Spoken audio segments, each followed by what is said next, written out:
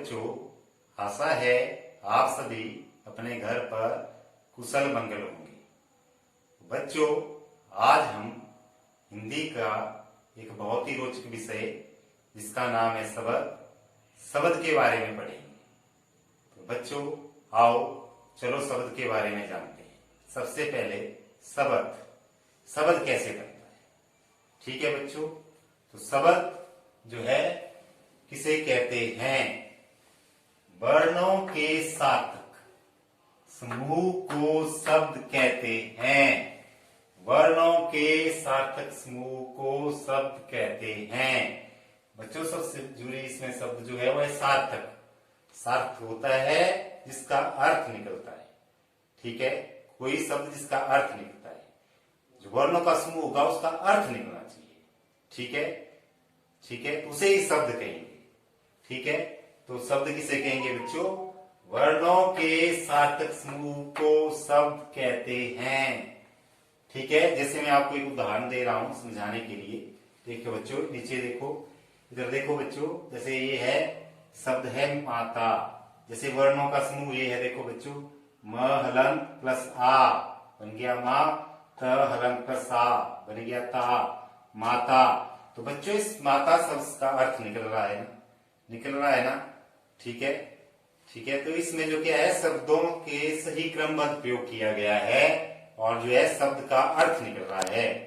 ठीक है, इसे शब्द कहेंगे, इसलिए इसे शब्द कहेंगे।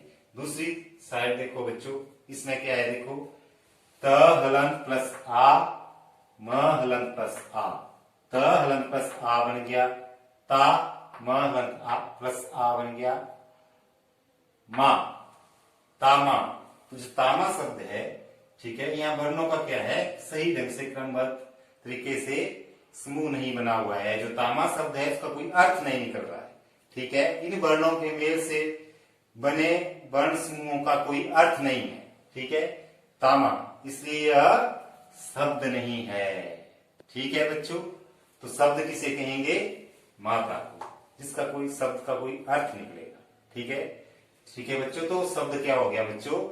वर्णों के सार्थक समूह को शब्द कहते हैं। ठीक है बच्चों, इसके बाद हम पढ़ेंगे शब्द के प्रकारों के बारे में, शब्द के भेदों के प्रकारों के बारे में, भेदों के बारे में। ठीक है, तो भेद जो है शब्द के हम पढ़ेंगे। आज हम पढ़ेंगे उत्पत्ति के आधार पर शब्द के भेद। ठीक है, तो सबसे पहले उत्पत्ति के आधार पर जो शब्द के भेद होते हैं उनके बारे में पढ़ेंगे। ठीक है, तो उत्पत्ति के आधार पर शब्द के 4 भेद होते हैं। कितने भेद होते हैं बच्चों? 4। पहला होता है आपका, 4 भेद होते हैं। पहला होता है आपका तत्सम शब्द, तत्सम शब्द, त आधा त सम शब्द। ठीक है, तत्सम शब्द क्या होते हैं बच्चों? ठीक है, आपको शब्द जो थोड़ा कठिन लग रहा होगा, ठीक है, लेकिन इसका नाम जो है तत्सम शब्द। ठीक है, ऐसे शब्द, ठीक है, तो संस्कृत भाषा के जो शब्द हिंदी में अपने मूल रूप में प्रयोग किए जाते हैं उन्हें तत्सम शब्द कहते हैं।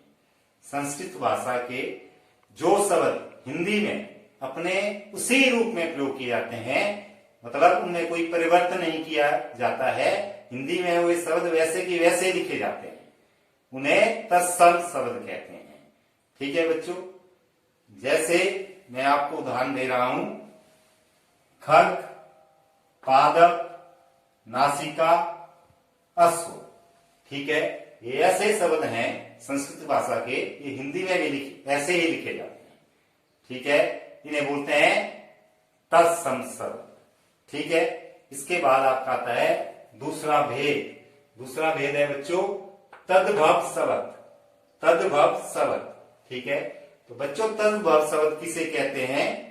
ठीक है, संस्कृत के वे शब्द जो हिंदी में आते आते, हिंदी भाषा में आते आते बदल जाते हैं, परिवर्तित हो जाते हैं, उन्हें तद्भव शब्द कहते हैं या उन्हें तद्भव शब्द कहा जाता है। ठीक है, संस्कृत के वे शब्द जो हिंदी भाषा में आते आते परिवर्तित हो जाते हैं, बदल जाते हैं, उन्हें तद्भव शब्द कहा जाता है। जैसे देखो बच्चों, ये खग जो है संस्कृत भाषा का शब्द है, लेकिन हिंदी में क्या बोलते हैं इसको? पक्षी। ठीक है, इसे पक्षी। पादप जो है संस्कृत भाषा का शब्द है, तो हिंदी में क्या लिखते हैं इसको? पौधा। नासिका जो है संस्कृत भाषा का शब्द है, तो हिंदी में क्या लिखते हैं? नाक। अश्व जो है संस्कृत भाषा का शब्द है, तो हिंदी में क्या लिखते हैं? घोड़ा। तो बच्चों ये कहां से आए हैं? संस्कृत भाषा से आए हैं, और हिंदी में क्या किया? इनको बदल के लिखा गया है। जैसे खग को पक्षी लिखते हैं, पादप को पौधा लिखते हैं, नासिका को नाक लिखते हैं, अश्व को घोड़ा लिखते हैं। ठीक है, तो इन शब्दों को बोलते हैं तद्भव शब्द। ठीक है, इसके बाद जो आपका तीसरा भेद आता है उसका नाम है देशज शब्द। देशज नाम से ही पता चल रहा है, ज देश के अंदर उत्पन्न होने वाला, ज होता है उत्पन्न होने वाला, पैदा होने वाला। ठीक है, जो देशज शब्द होते हैं, ठीक है, वो एक सामान्य तौर पर एक देश के अंदर कुछ क्षेत्रों में आम बोलचाल की भाषा के लिए प्रयोग किए जाते हैं। ठीक है, एक देश के अंदर सामान्य क्षेत्रों में आम बोलचाल की भाषा के लिए प्रयोग किए जाते हैं। ठीक है, जैसे जूता, पगड़ी, गाड़ी, लोटा, ये ऐसे शब्द हैं जो एक देश के अंदर विभिन्न क्षेत्रों में सामान्य भाषा के रूप में बोले जाते हैं। ठीक है, इसके बाद जो आपका चौथा भेद है उसका नाम है विदेशी शब्द। क्या नाम है बच्चों? विदेशी शब्द। अच्छा बच्चों, विदेशी शब्द किसे कहते हैं? नाम से पता लग रहा है, जो शब्द विदेशी भाषाओं से हिंदी भाषा में लिए गए हैं वे विदेशी शब्द कहलाते हैं, या उन्हें विदेशी शब्द कहा जाता है। बच्चों हिंदी भाषा में कुछ ऐसे शब्द हैं जो विदेशी भाषाओं से लिए गए हैं और हिंदी में प्रयोग किए जाते हैं, बोले जाते हैं, लिखे जाते हैं, पढ़े जाते हैं। ऐसे शब्दों को विदेशी शब्द कहते हैं। उनका मैं कुछ उदाहरण दे रहा हूं आपको। जैसे रेडियो, इंग्लिश भाषा से लिया गया शब्द है। जैसे लालटेन, फारसी से चश्मा। ठीक है, ये विदेशी भाषाओं के शब्द हैं जो हिंदी में प्रयोग किए गए हैं। ठीक है, इन्हें कहते हैं विदेशी शब्द। ठीक है, तो बच्चों आज हमने शब्द और उत्पत्ति के आधार पर शब्द के बारे में पढ़ा। तो बच्चों शब्द किसे कहते हैं? वर्णों के सार्थक समूह को शब्द कहते हैं, जिसका अर्थ निकलता है। ठीक है, वर्णों का ऐसा समूह जिसका अर्थ निकलेगा वह शब्द कहलाएगा। ठीक है, और उत्पत्ति के आधार पर शब्द के कितने भेद होते हैं? 4। पहला है तत्सम शब्द, दूसरा है तद्भव शब्द, तीसरा है देशज शब्द और चौथा है विदेशी शब्द। ठीक है, तो बच्चों ये था हमारा शब्द और उत्पत्ति के आधार पर शब्दों के भेद। आशा है आप सभी को यह अच्छी तरह समझ आए होंगे। धन्यवाद।